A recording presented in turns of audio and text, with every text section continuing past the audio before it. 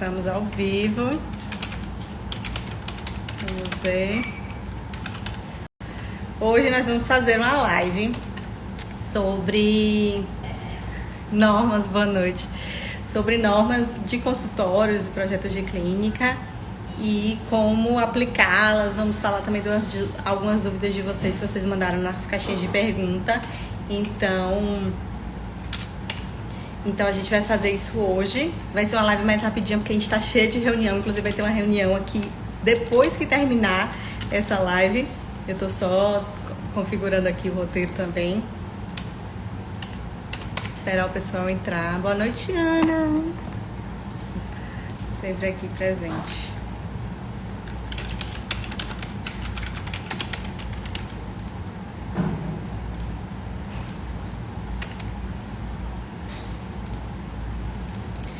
Então, gente, hoje a gente vai falar um pouco das perguntas que vocês mandaram na live, na caixinha de perguntas. Então, são perguntas... É uma live rapidinha, em que a gente vai falar desses pontos. São perguntas que eu acho que são muito importantes, porque são dúvidas muito comuns em relação a projetos de consultórios. Tem algumas perguntas que eu trouxe também do outro Instagram, que alguns profissionais de saúde fizeram. Então, são perguntas que normalmente... vocês vão escutar isso dos clientes de vocês, então vai ser muito mais fácil saber o que responder e entender também como vai funcionar. Se você já tiver escutado sobre isso e já tiver ouvido a opinião de algumas pessoas. Normalmente eu costumo dizer que nada do que eu falo aqui é a verdade. O que eu trago aqui são pontos que a norma especifica e algumas de nossas vivências, ou seja, do que a nossa experiência nos disse em relação àqueles pontos que estão lá na norma. Óbvio que a interpretação e a validação pela vigilância sanitária, ela vai depender do fiscal, do entendimento dele. Algumas coisas não estão explícitas na norma, então é muito mais fácil, muito mais difícil ter total noção, total conhecimento. As coisas são muito flexíveis também, então alguns pontos que normalmente a gente consegue não considerar ou não colocar em algumas clínicas, eles podem ser exigidos em outras, isso é normal. Algumas áreas que são mínimas da norma, em alguns lugares são exigidas ao pé da letra, em outros lugares eles conseguem ser mais flexíveis, dependendo do porte da clínica. Então todas essas coisas a gente tem que considerar quando a gente vai fazer um projeto de saúde, porque a gente precisa adaptar a realidade do nosso cliente e também a esses órgãos fiscalizadores que são super comuns, porque toda a clínica vai precisar passar por eles para fazer a aprovação, para ter o alvará de saúde. Então, a clínica pode funcionar sem o alvará? Pode. A maioria funciona. Então, quem quer fazer certinho, que é o que a gente está buscando aqui, são os clientes que querem ter funcionalidade, querem ter as aprovações, querem ter a clínica perfeita. Então a gente vai orientar vocês aqui em relação de como a gente faz e o que a gente entende. Então vamos lá para as perguntas. Ai meu Deus, não apareceram. Apareceram sim. Olha, uma pergunta muito interessante. Tem algum lugar com um resumão das normas? Então, sim e não. Porque muitas vezes a gente consegue achar ali na internet alguns guias práticos, mas como são diversas normas, diversos âmbitos da área de saúde, ou seja, vão ter normas mais específicas para consultório odontológico, vão ter normas específicas para a área de internação, ou para um hospital dia, que a gente vai falar também um pouquinho. Você precisa ali saber mais ou menos quais são aquelas normas que você tem que procurar. Então, dificilmente, algum resumo de normas vai abranger todos os projetos da área de saúde. O que eu recomendo é um e-book que a gente tem aqui no link da bio. Se você não baixou ainda, tem que baixar, porque a gente faz esse resumo na prática. Óbvio que é uma pincelada assim por alto, a gente dá algumas dicas também de escolha de local, de sala, mas a gente fala de alguns pontos que a gente precisa considerar ao fazer o projeto de uma clínica. Então é como se fosse um grande resumão dessas questões da área de saúde, e esse e-book a gente fez justamente para isso, para dar uma orientada ali, para dar um primeiro passo para o entendimento desses ambientes de saúde como um todo. Então, como será feito o projeto. Gente, se vocês pararem de me escutar, vocês me avisam, porque eu ouvi um tandã aqui no meu ouvido, do fone. Tem algum item da RDC 50 que não funciona mais na prática? Tem. As tecnologias, elas mudam, então alguns ambientes acabam caindo em desuso. Com a tendência da ampliação das tecnologias também da área de saúde, provavelmente alguns ambientes e algumas utilidades vão cair em desuso. Porque hoje a medicina está muito mais digital. Então, alguns ambientes ali que a gente via que tinha necessidade de aplicação de alguns ambientes de apoio, revelação de raio-x, eu acho que isso no futuro tende a diminuir e a mudar. Então, algumas coisas assim já vão caminhando. Áreas também que antes eram muito grandes de equipamentos, os equipamentos estão ficando mais compactos. Mas aqui de cabeça, uma coisa que eu acho que não funciona, que não tem mais uso, é muito difícil. Porque a RDC 50, ela apesar de ser uma norma antiga, ela é uma norma relativamente recente. Então, ela foi estudada de acordo com muita experiência dos profissionais de arquitetura. Então, e outros profissionais de saúde também que colaboraram com a norma. Então, ali vai muito da experiência, vai muito dos processos. As camas hospitalares, por exemplo, elas se tornaram maiores. Então, a nova RDC, a norma está em revisão justamente para isso, para garantir que alguns desses pontos sejam repensados, principalmente em norma. Mas o que eu tenho visto é que tudo vai aumentar. Então, por exemplo, circulação a gente aumenta por dois motivos. Um, por esse que eu falei, que as camas hospitalares hoje elas estão maiores, mais confortáveis, mais modernas. E o outro ponto é que a gente entendeu que na arquitetura para a saúde a gente faz umas modulações para ficar mais fácil a expansão.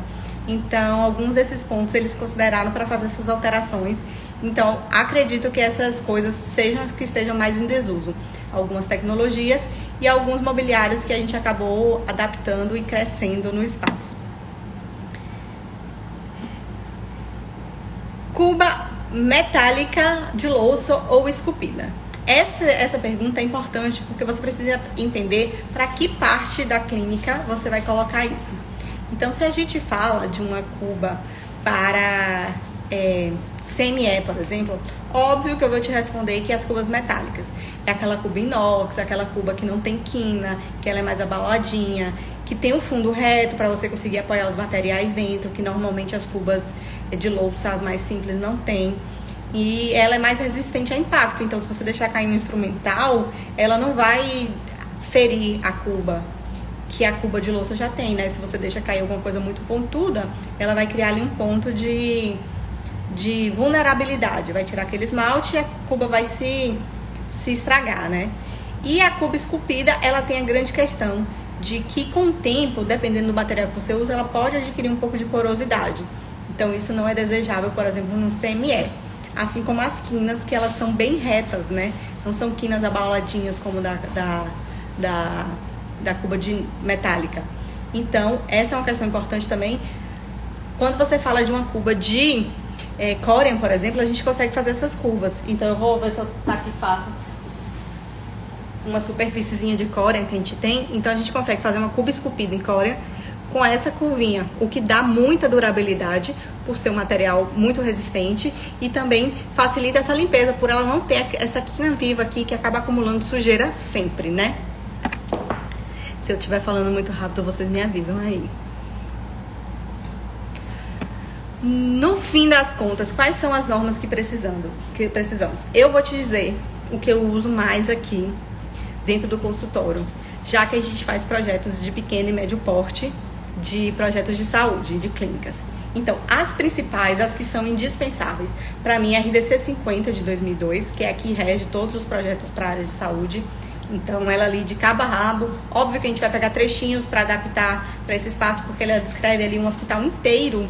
Então, e outras unidades de saúde também que não são hospitais, extra-hospitalares também, ela descreve ali, ela cita. Então, a gente dá um apanhado, mais a RDC 50. A NBR 9050, que é a norma de acessibilidade. Então, ela é muito importante porque os ambientes, eles precisam ser acessíveis.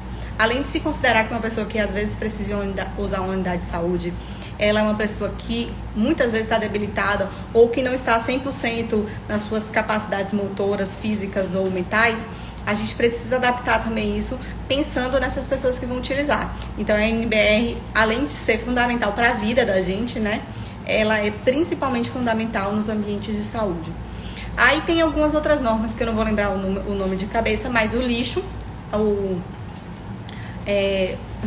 o resíduo, que são normas que normalmente, se o prédio o prédio em que você instalou a clínica, ele tem abrigo de resíduos, normalmente ele já está seguindo essas normas. O que você tem que ver é que se ele tem a separação entre abrigos de resíduos normal, comum, e o abrigo de resíduos biológico, químico, contaminado.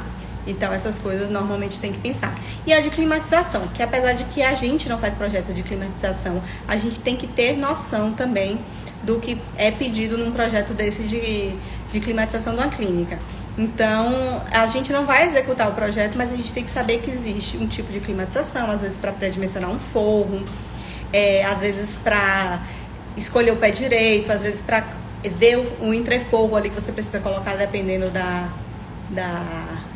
instalação que você vai fazer. Então, são várias questões. Realmente, perfeita essa pergunta das normas.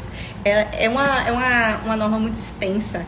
Então, dependendo da clínica, você pode precisar da RDC 15, que é de CME, tem a RDC 51, que é de apresentação de projetos para a vigilância sanitária. Então, lá ele vai descrever como você precisa apresentar o projeto, quais os modelos, quais informações precisam estar contidas. Então, todas essas informações são valiosíssimas. Gente, a live fica salva, mas quem tá aqui pode perguntar, então é super importante. Essa outra pergunta é muito comum, porque os clientes perguntam bastante. Se pode um ar-condicionado só, passando o ar do consultório para a recepção? Porque muitas vezes quando a gente faz uma clínica muito pequena, o cliente ele quer logo economizar no ar-condicionado, né? Ele pensa, não preciso de um ar-condicionado em 2 ambientes. Na hora que eu abrir a porta aqui do consultório, a recepção, que é pequena, se climatiza. Mas o que acontece você não é obrigado a colocar ar-condicionado, ao contrário do que as pessoas pensam. A norma, ela pede que você tenha algum tipo de ventilação. Pode ser a natural ou pode ser a mecânica, a climatização forçada. E o que é que a gente faz? Se você vai colocar o ar-condicionado, você precisa climatizar todos os ambientes.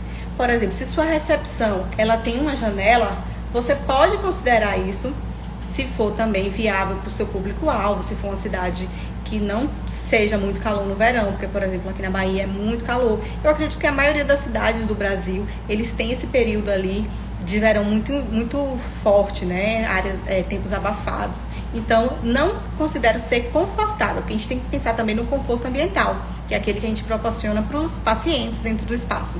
Então, não ter o ar-condicionado pode ser sim um impedimento de qualidade de conforto ambiental para o seu paciente. Mas a norma, ele não pede que você tenha ar-condicionado. Então, você pode ter a ventilação natural, contanto que você tenha a janela. Se você não tiver a janela, aí você precisa climatizar o ambiente ou promover essa troca de ar de cada ambiente separadamente. Qual o grande problema disso? Se você abre uma janelinha ou bota um exaustor de um ambiente para o outro, você acaba tirando ali do consultório todo o ar contaminado, o ar que tem gotículas. A gente hoje, depois de todo esse período, esses últimos 2 anos, a gente entendeu muito a importância dessas informações. A gente entendeu a transmissão de doenças aéreas, que talvez pra gente não fosse tão palpável, porque a gente não tinha a vivência de uma pandemia ou de uma infecção muito forte como foi essa última. Então, hoje a gente consegue entender melhor que tem muitas dessas questões que se transmitem pelo ar. Então, se você transfere um ar ou da recepção para o consultório ou do consultório para a recepção, deixam de ser ambientes separados e seguros. Então, se chegar uma pessoa contaminada na recepção, pode contaminar a pessoa que está no consultório e vice-versa. Então, essas questões ali são bem importantes, porque os clientes sempre perguntam, é super comum essa pergunta, principalmente quando ele quer economizar e quando a clínica é muito pequena. Gente, eu falo rápido. O DML pode ser um armário dentro do banheiro? Então, pode sim ser um armário dentro do banheiro, como condição. Por exemplo, a vigilância ela pode deixar que você faça isso se você tiver um sanitário exclusivo de funcionários e sua clínica for de um porte pequeno. Por quê? A gente, como arquiteta, a gente tem que entender que muitas vezes os processos ali da clínica não são muito palpáveis pra gente. Então, a higienização da clínica, ela é um ponto sensível, um ponto de muito delicada, porque muitas vezes ali você vai tratar com material contaminado, material sujidades, até um pouco de sangue. Então, a gente precisa ter um lugar adequado para lavagem desses materiais, para descarte dessa água, para armazenar alguns produtos de higiene que muitas vezes são nocivos à saúde, ou seja, uma quiboa, por exemplo, não pode ser armazenada em qualquer lugar. A gente tem que entender o cloro, né? Ele não pode ser armazenado em qualquer lugar, não pode ser armazenado no consultório, pode ser confundido com outro material.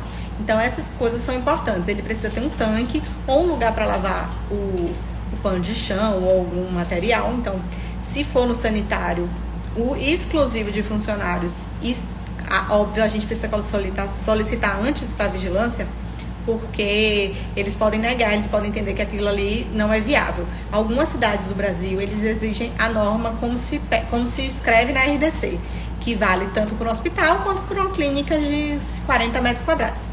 Mas tem que ter pelo menos uma torneira para recolher, para colocar uma água, uma torneira extra, e algum lugar para descarte, que pode ser aceito o vaso sanitário. Mas se for uma clínica de grande porte ou médio porte, tiver área para você colocar um DML, ou você não tiver sanitário exclusivo de funcionários, aí acredito que não vale a pena e que seja uma coisa que eles não vão aprovar. Até porque você não tem como garantir os processos, garantir a segurança do paciente ali nessa limpeza e durante esse período. Vamos para mais uma. A norma só especifica a metragem dos consultórios ou do ambiente de apoio também. A norma especifica a metragem dos consultórios e os ambientes de apoio.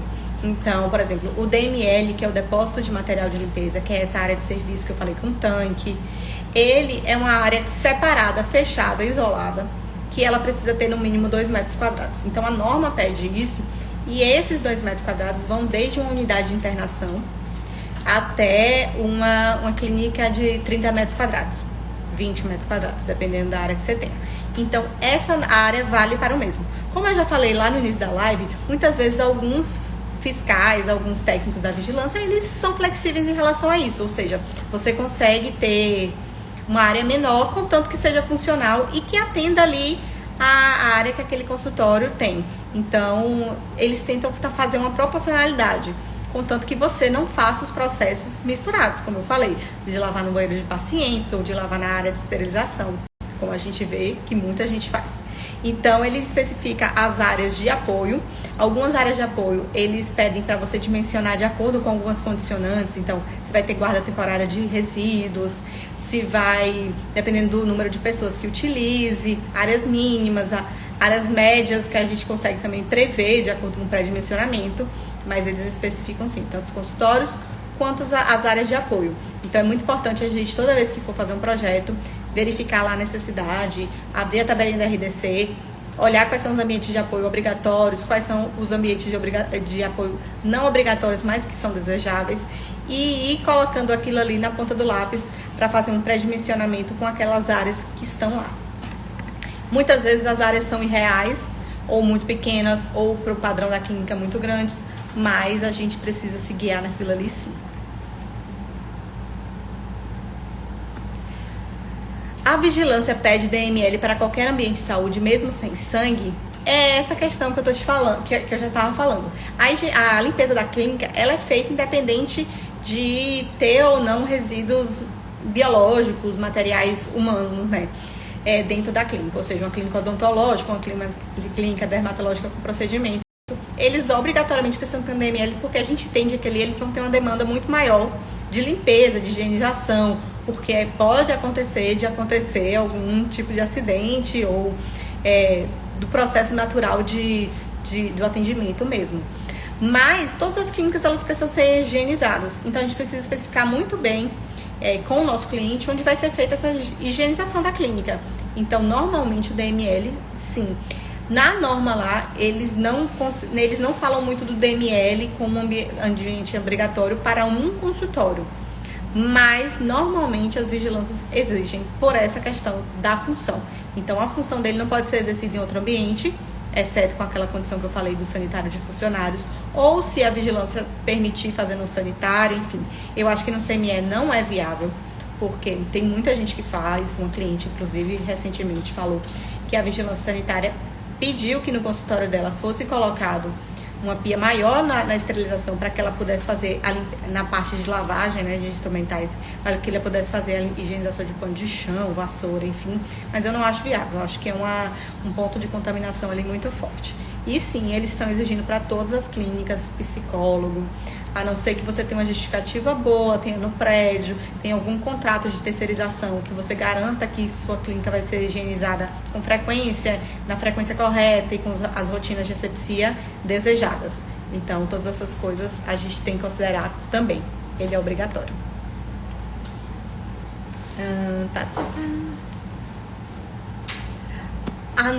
A norma fala sobre sanitário dentro do consultório? Fala. A norma fala que os sanitários, eles são apenas, eles não usam esse termo apenas, mas que como ambiente auxiliar de algumas especialidades médicas. Como, por exemplo, ultrassom, que às vezes a pessoa precisa fazer uma troca de roupa, um ultrassom das partes íntimas, a pessoa precisa se trocar ou fazer uma higienização, então sim, ela precisa. Ultrassom também de abdômen total, que muitas vezes o paciente fica bebendo água, então ele vai ali fazer diminuir a bexiga que está muito cheia, enfim, tem esse processo que eles utilizam ali. E tem a parte de ginecologia, obstetrícia, que precisa também fazer uma higienização, ou a pessoa precisa se trocar, ou é uma área um pouco mais, são especialidades mais íntimas, né? Então necessita muitas vezes do sanitário, assim como proctologia, urologia. Então, para esses ambientes ele pede, então ele fala que ele é obrigatório. E eu entendo que para os demais não é desejável, assim como não pode. Porque o sanitário, ele vira um ambiente contaminante. Então, a partir da hora que você dá a descarga e você abre uma porta de um consultório, de um sanitário para dentro de um consultório, você vai estar jogando ali todas aquelas gotículas, aquela sujidade que está suspensa no ar. Então, você precisaria fazer um sistema de pressão negativo, fazer um sistema de exaustão, que você garanta que aquele ar não vai sair, enfim. É um processo complexo que eu acho que não vale a pena, até porque não é auxiliado do processo do atendimento odontológico, por exemplo, um sanitário para dentro do consultório. Então, você não teria por que ter. É uma comunidade para o médico, para o dentista? Pode ser sim, mas a gente tem outras maneiras de fazer que não afete a segurança do paciente e dos profissionais que estão lá dentro. Eu acho que DML é o mais polêmico. Eu consigo entrar no DML pelo consultório? Não. Os ambientes de apoio, eles têm que ser acessados, os ambientes da norma, eles precisam ser acessados de forma individualizada, ou seja, através de uma circulação, e eles permitem também que seja aberto a entrada pela recepção, porque ali é uma área de passagem, então é uma área que, além de recepcionar, é uma área que já tem a circulação de pessoas, de material, então esse fluxo ali não é cruzado. Mas se você abre um DML para dentro do consultório, é a mesma questão que eu estou falando em relação ao sanitário. Então, você vai ter ali um ponto de contaminação direto do DML para o seu consultório. E outra questão importante é que se o único acesso do DML for por dentro do seu consultório, se uma pessoa tiver um mal-estar na recepção ou tiver derramado um café na recepção, coisa simples, a pessoa, para fazer a higienização da recepção, ela tem que passar por dentro do consultório. Então, ali mais um ponto de contaminação, um ponto de fragilidade, né, dos processos e um cruzamento de fluxo também. Às vezes é durante um atendimento, você não pode esperar para higienizar uma recepção, por exemplo, no caso de um acidente desse. Mas aí você vai passar enquanto o paciente está lá com a boca aberta no dentista. São coisas assim que às vezes os processos, eles são mais importantes e a gente consegue entender melhor a norma quando a gente pensa nos processos. Quais os principais ambientes que não podem faltar? Então, obrigatório por norma, a gente tem a recepção, sanitário de pacientes, o consultório e, como eu falei, agora eles estão sempre exigindo o DML. Então, são esses 4 ambientes principais que você não pode esquecer de colocar de jeito nenhum. E se você for fazer uma clínica odontológica, por exemplo, o CME também, que é a parte de esterilização, porque esse material que você vai usar, que não é descartado no consultório, não é descartável, você precisa fazer a higienização dele em algum lugar. Então tem que ter um CME ou uma área de esterilização que seja adequada, com espaço, que tenha bancada suficiente, que tenha área para manejo, ou que você consiga fazer um processo ali dentro, mesmo se o ambiente for pequeno, para você não gerar contaminação aqui dentro do espaço. Tô falando bem rapidinho, mas... Qual é a largura mínima para circulação? A largura mínima para circulação, por norma, onde circula um paciente é 1,5 m.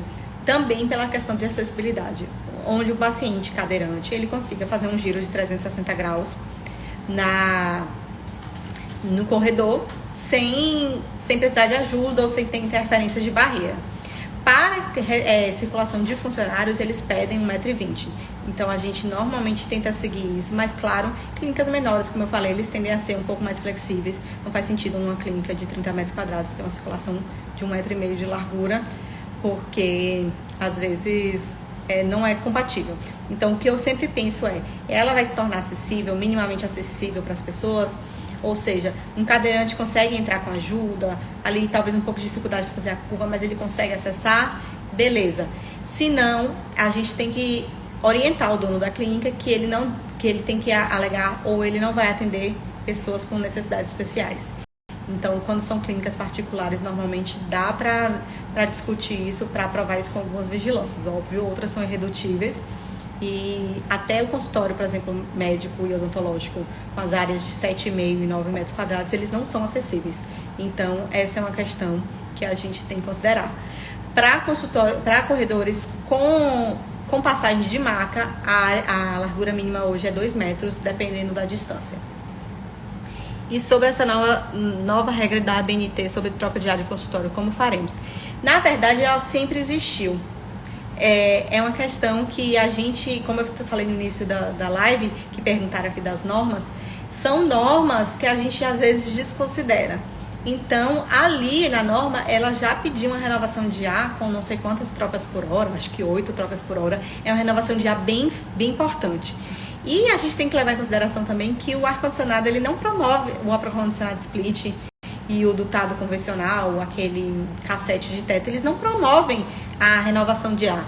Ou seja, eles nem conseguem jogar no ambiente o tanto de ar que precisarem estar saindo para fazer essa renovação. Então, eles não conseguem insuflar o suficiente.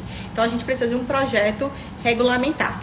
O que é que a gente tem visto aqui de experiência aqui no escritório? Apenas um lugar do Brasil nos solicitou que tivesse a renovação de ar conforme normas.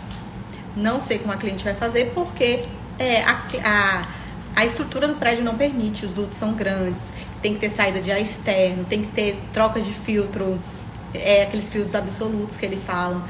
Então, é como se fosse um meio que a mesma norma do centro cirúrgico vale para consultório. Basicamente é a mesma coisa. Claro que o centro cirúrgico eles vão pegar um ponto de mais especificidade lá para ser mais exigente. Mas normalmente é a mesma norma que guia. Então, o que a gente está fazendo aqui dentro do escritório? Para vigilâncias das que a gente tem trabalhado, apenas colocar um exaustor de ar simples, como esses de sanitário, de 10 ou 15 centímetros, dependendo da área, está sendo suficiente para eles. Então, você anexa no duto que vai sair, por exemplo, o ar-condicionado ou o exaustor do sanitário, mas você precisa ter alguma troca de ar. Como o ar-condicionado split, ele não joga ar suficiente, essa saída de ar também não precisa ter esse volume todo. A gente tem conseguido aprovar sim, e eu acho também muito mais seguro. A gente sempre colocou em ambientes pequenos, sem ventilação, por exemplo, CME, DML, a gente já colocava. Hoje a gente coloca em circulação, recepção, consultório, independente de ter janela ou não. Então a gente faz isso porque a gente entende que com o ar-condicionado ligado ninguém vai ficar abrindo janela para renovar o ar. Estão acabando as perguntas, mas se vocês querem perguntar alguma coisa aí nos stories, no chat também pode falar. A mesma pergunta, qual é a menor largura para os corredores da clínica? Então, já está respondido, 1,20 para funcionários, 1,5 m para pacientes, e se com passagem de maca, hoje é 2 metros. A revisão da norma tende a aumentar um pouquinho essas larguras aí, por modulação, por tecnologias, enfim. E podem ter...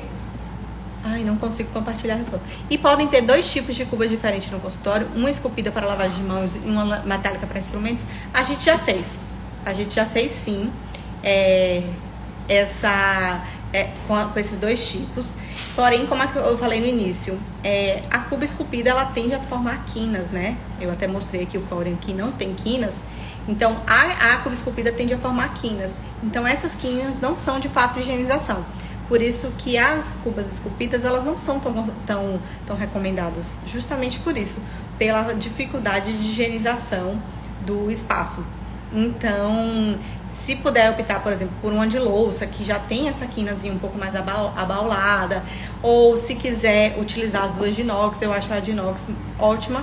Já tem Rose Gold, que todo mundo ama, então eu acho ela super prática. Mas a gente já fez sim, não teve problema de aprovação, mas foi porque o fiscal especificamente, ele não viu um problema naquilo ali. Óbvio que algum fiscal pode implicar, pode não querer, até porque a gente deve entender porquê também, como eu tô explicando, mas a gente tem que se adequar a eles. Mas também, alguns podem entender, não, a rotina da clínica de asepsia vai ser ok, aquela cuba não vai interferir, não vai causar risco, aprova-se assim, né?